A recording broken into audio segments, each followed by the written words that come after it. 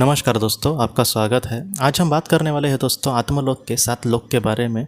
बहुत लोगों के मन में आज भी इनको लेकर थोड़ा सा कन्फ्यूजन लगता है, तो वो थोड़ा सा मैं अभी दूर करने की जितना हो सके कोशिश करने के लिए मैंने सोचा कि आपसे बात करूं।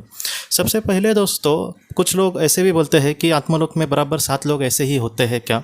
अगर ऐसा है तो किसी और जगह पे या फिर किसी और किताब में वगैरह उन्होंने कुछ अलग पढ़ा होता है।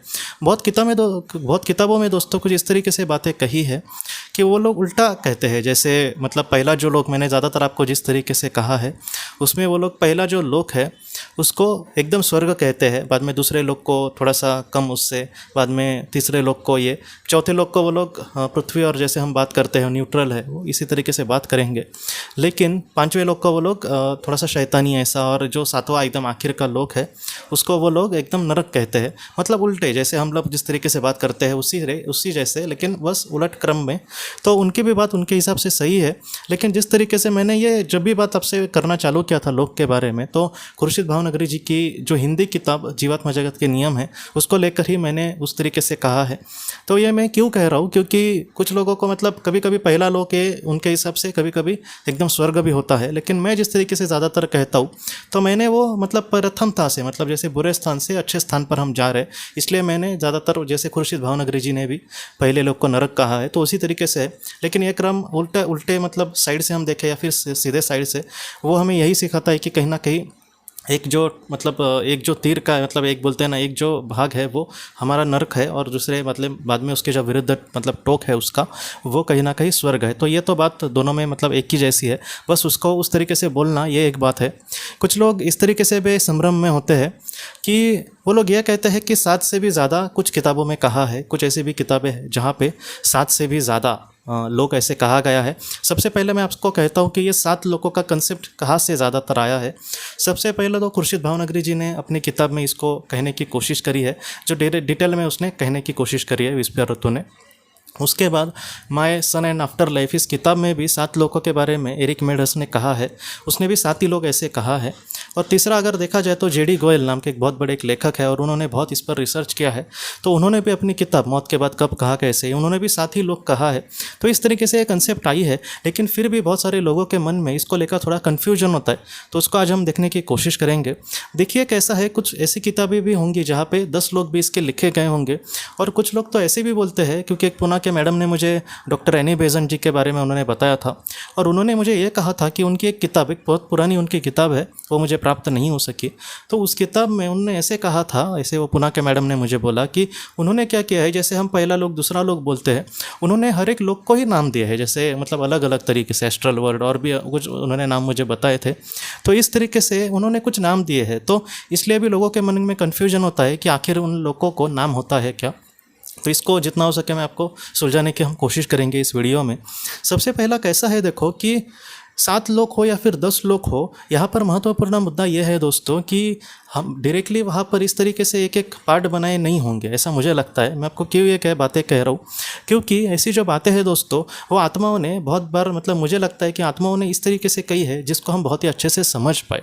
जैसे हमारा बच्चा कितवी में है, कौन सी स्टैंडर्ड में है, उसके लिए वो जो स्टैंडर्ड होता है वो एक महत्वपूर्ण बात होती है। वो एक शिक्षा का एक स्तर कहीं ना कहीं आगे आगे जाने की कोशिश कर रहा है, उसमें उसकी जो स्टैंडर्ड है वो किस तरीके से है उस पर हम उसको नाप सकते हैं। तो वो समझाने के लिए कहीं ना कहीं उन आत्माओं ने हमें इस तरीके से कहा होगा कि टोटल 7 लोग है। मैं आपको थोड़ा सा और भी समझाने की कोशिश करता हूँ सिंपल तरीके से।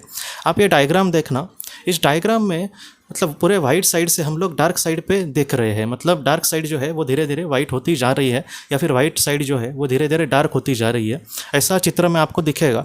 तो इस तरीके से आत्मलोक होगा। और किसी आत्मा को अगर समझाना है कि स्वर्ग और नरक किस तरीके से है, वो लोक किस तरीके से है, तो उसने यहाँ पर अभी उस 7 भाग उसके कर दिए। वो पहले दूसरे तीसरे ऐसे टोटल उसने 7 भाग कर दिए समझो। जो वाइट वाला है वो स्वर्ग है और जो ब्लैक वाला है वो नरक है। तो इस तरीके से आत्माओं ने हमें कहा होगा। अब 7 की बात नहीं करते, अब हम 10 की बात करते हैं। अब उसी चित्र के उसी ही एक बोलते हैं ना, उसके जो मैप है उसके हमने 10 भाग किए हैं। क्या है कि यहाँ पर भाग हम कितने भी करें, हम 50 भी करें, वो इंपॉर्टेंट यहाँ पर नहीं है। महत्वपूर्ण है कि हमारे अगर अच्छे कर्म होंगे तो ऐसा जो इंसान होगा, ऐसी जो आत्मा होगी वो स्वर्ग में जाएगी। इसलिए ऐसे कुछ लोग ऐसे भी बोलते हैं कि उसके नाम बताओ। मुझे भी एक इंसान भी मुझे कह रहे थे कि 7वें लोग का आप कुछ नाम बोलो जो किताबों में कहा होगा वगैरह, तो ऐसा नहीं है। मैं आपको सच बोलूँ तो नाम या फिर ये नंबर वगैरह ये जो सारी चीज़ें हैं वो हमें समझने के लिए है कि अगर हम अच्छा करेंगे तो हम बहुत ही अच्छे मतलब लेवल पर जा सकते हैं, उससे अगर हम अच्छा करेंगे तो एक मोक्ष के करीब हम जा सकते हैं। इसलिए ये कहा जाता है कि जो 7वें लोक की आत्मा होगी वो एकदम मोक्ष के करीब पहुंच जाती है। और जो निचले स्तर, अगर हम बहुत ही ज़्यादा कुछ बुरा करेंगे तो हम दूसरे तीसरे ऐसे स्थान पर होंगे, और कोई एकदम ही ज़्यादा मतलब महापाप करे इस दुनिया में आकर तो वो पहले स्थान पर मतलब एकदम नरक में वो कहीं ना कहीं हो जाएगा। तो ये सबसे बड़ी बात है। तो इसलिए मैं आपको भी कहता हूँ कि उस मतलब लोक के नाम क्या है, या फिर पहला ही लोक, कुछ किताबों में कहा जाता है कि पहला ही जो लोक होता है वो स्वर्ग होता है, तो उनके लिए तो 7वां लोक ये है मतलब नरक होगा। लेकिन हम तो बात करते हैं कि पहला लोक नरक है, तो ऐसा नहीं है। वो बस उल्टे दिशा में उस तरीके से कहते हैं। कुछ किताबों में उल्टी दिशा में भी ऐसे कहा है, तो ऐसी बात नहीं है। जैसे हम सीधे सीधे उस तरीके से बात करते हैं तो उनके लिए वो लोग पहला मतलब एकदम स्वर्ग की शुरुआत है, इस तरीके से वो लोग बात करते हैं। तो इस तरीके से ये मानने वाली बात है। लेकिन महत्वपूर्ण बात यही है कि हमारी जो आत्मा है दोस्तों, अगर हमने अच्छे कर्म किए तो उस दुनिया में बहुत ही अच्छी जगह पर जाएगी। सबसे बड़ी बात यही है। बहुत सारे जो लोग हैं वो बोलते हैं ना, इसी चीज़ों में मतलब फिलोसॉफी में अटक जाते हैं। उससे अच्छा है कि हम उन सारी चीज़ों में मतलब कर्म करें जो आत्मा के लिए बहुत ही ज़्यादा महत्वपूर्ण बातें हैं। जब हम आत्मा के स्वरूप में होंगे तब इन सारी चीज़ों को हम नहीं उस तरीके से देखेंगे। अगर हम एरिक मेडहस की भी बात करें, जिसने सुसाइड किया था और वो इस दुनिया से चला गया था, तभी भी उसको भी जब पूछा गया तो कि तुम कौन से स्तर के आत्मा हो, तब उसने यही कहा कि अब मैं मतलब अपने आप में ग्रोथ करने की कोशिश कर रहा हूँ और उस तरीके से मैं आगे बढ़ रहा हूँ। और फिर से उसको वही पूछा गया, लेकिन उसने वही जवाब दिया कि आप इन सारे नंबर को देखने से अच्छा है कि हमारा जो कर्म है वो हमें धीरे धीरे उस लेवल पर ज़रूर लेकर जाएगा। मैं आपको सच बोलूँ तो एक साधारण जो आत्मा होगी इस सारे स्तर में नहीं अटकेगी, वो अपने कर्म में और जो चीज़ें उसको सीखने महत्वपूर्ण है उसमें अटकेगी। इसलिए जितना हो सके हमारी आत्मा ही उस तरीके से अगर सोचेगी तो हम यहाँ पर इन सारी चीज़ों में क्यों अटके। मुझे तो यही लगता है कि और जितना हो सके अच्छे कर्म करके अगर हम आगे बढ़ेंगे तो हम हमारे मतलब अंदर जो ग्रोथ है हमारी आत्मा की, वो किस तरीके से होकर आगे आगे हम चले जाएंगे हमें खुद को नहीं पता चलेगा। इसलिए जितना हो सके अच्छे कर्म करके आगे बढ़ना, यही हमारी आत्मा के लिए और हमारे इस जीवन के लिए यही बात सबसे बड़ी महत्वपूर्ण है दोस्तों। तो दोस्तों हम अपने अगली वीडियो में किसी नए विषय को लेकर मिलेंगे। तब तक आप अपने परिवार का ख्याल रखना। आपका बहुत बहुत धन्यवाद। ज़िंदगी की रोशनी ये एक कंसल्टेंसी है जो ऐसे लोगों को मदद करने की कोशिश करती है जिन्होंने किसी अपने को खोया है, या फिर जो लोग अपने जीवन में बहुत ही ज़्यादा दुखी है। जो लोग इस संस्था के साथ जुड़ते हैं उन्हें पास्ट लाइफ रिग्रेशन की ऑडियोज़ भेजी जाएगी, जिससे घर बैठे वह पास्ट लाइफ रिग्रेशन का अभ्यास कर सकते हैं। और उन्हें 5 मेडिटेशन ध्यान की भी ऑडियोज़ भेजी जाएगी। और इसके साथ साथ उन्हें PDF किताबें भेजी जाएंगी जो हिंदी और अंग्रेज़ी में है, जो मोबाइल पर या फिर लैपटॉप पर आप उसे पढ़ सकते हैं। और 10 ऑडियो बुक्स भी आपको भेजी जाएंगी।